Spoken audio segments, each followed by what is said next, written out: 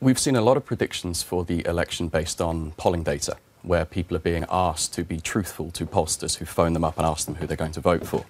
We wondered whether we would get a more accurate picture by looking at where people are actually putting their money down.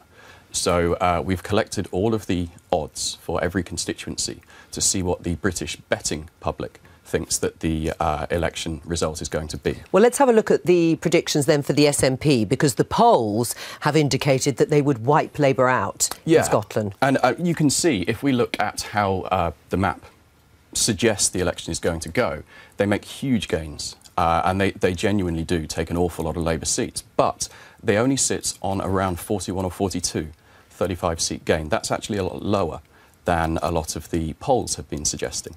Now, there is possibly some nationalist fervour. People are enthusiastic. It's one of the tendencies with betting markets, that people will bet on emotion, on the outcome that they want.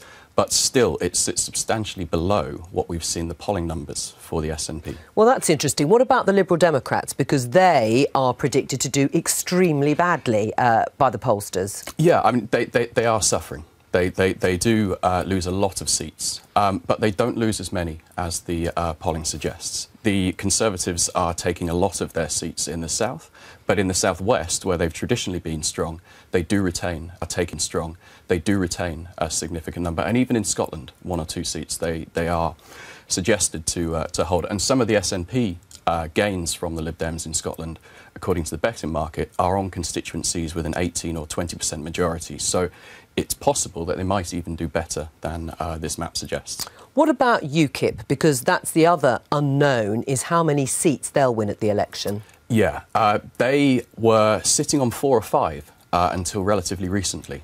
They've dropped back down to 3, which is obviously just a gain of a single seat.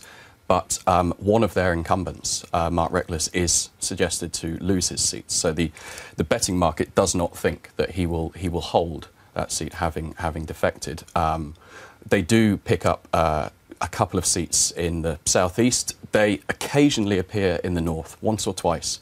We've seen them pop up with a northern Tory seat, but it's only been fleeting and only been occasional. What does, or how does it leave, if you like, the overall picture for the general election, if you take all of your betting predictions into account? It doesn't look like anybody really knows how it's going to go at all. If you look at the overall picture, there is no combination of 2 parties there who will gain control. It's going to have to require some sort of collaboration between multiple parties if those numbers play out.